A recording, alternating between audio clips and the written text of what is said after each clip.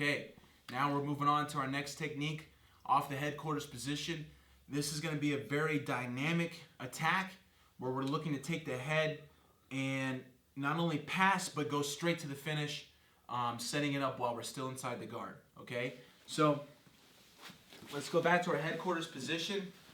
All right, putting him down, we're coming inside. Okay, and just so you guys understand, anytime he looks to grab my ankle, that's always going to be the time where I'm going to want to drive my shin over his thigh, okay?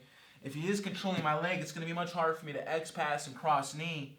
But, we're already working from this variation of sitting our shin over the thigh. And if he's holding my ankle, that's going to be where I'm going to want to go. And as I'm coming down on that, it's going to smash his arm to the point where he's going to want to let go of my ankle, and I'll be able to get my knee all the way down to the mat, okay? So, anytime they're holding your ankle, your mind should always be to go to that side, okay? And just continue to drive their knee down and start to smash their arm with your shin until they look to pull their arm out, okay? And now we're in this established position here where we've already been working from, okay? So we've already talked about what to do with this leg, if we can get past it and come in. If it's in front of us and keeping distance, then we're going to pass it the other way and start to drop into the side smash, okay? Another thing we can do is get really aggressive for the head, okay, and start doing some head hunting in here, all right? So when I'm in here, I'm going to be looking to get control of his wrist with my left hand, okay? My left leg is up. I want to get hold of this wrist with my left hand. And basically what I'm doing is I'm opening up a path for me to bring my right arm, okay? If this hand is in the way, I'm not going to be able to get in there, okay? So I want to open this space, and I'm going to look to kind of dive forward a little bit here and immediately wrap around his head and doing once again with our thumb pad going right under his chin, okay? So we're going to go kind of chin hunting there and look to get that control right away, okay? So I'm here, I get control of that wrist, we're moving around. I'm going to just dive forward, circle my arm around his head and get control of his chin, okay? And from here I'm going to lean forward a little bit and start to use my head control to help me pass, all right? So let's turn to this side. So I'm all the way in. I get control of that wrist. I shoot my arm forward, and I have control of his head, okay? Now here, you see how I'm kind of resting on my shoulder, and I'm forward enough to where his hook isn't very strong anymore. It's hard for him to keep hold of my leg now, okay?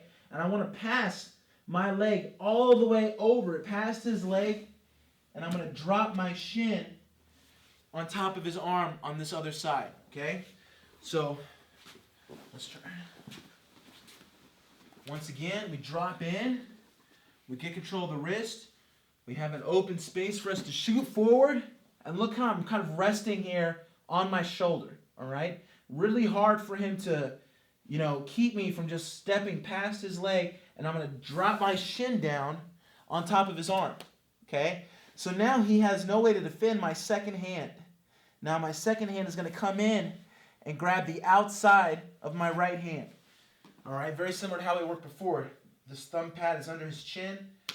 I'm gripping the outside of my hand, and I'm going to pull my arm all the way through around his neck so I can put my elbow onto the mat, okay? So this one arm is going to have his whole neck for the guillotine finish.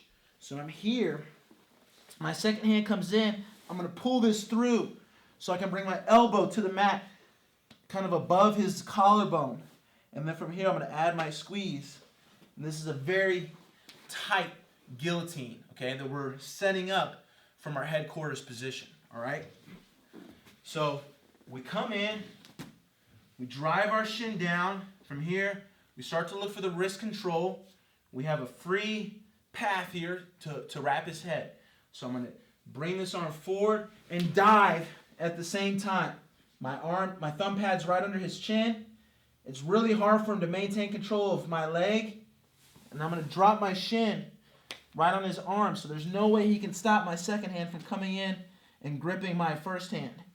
Now I'm going to pull this, and you see how I kind of twist my body a little bit so I can bring my elbow down. From here, I add my squeeze. I have a really, really tight guillotine, okay? One more time, let's go back to the front.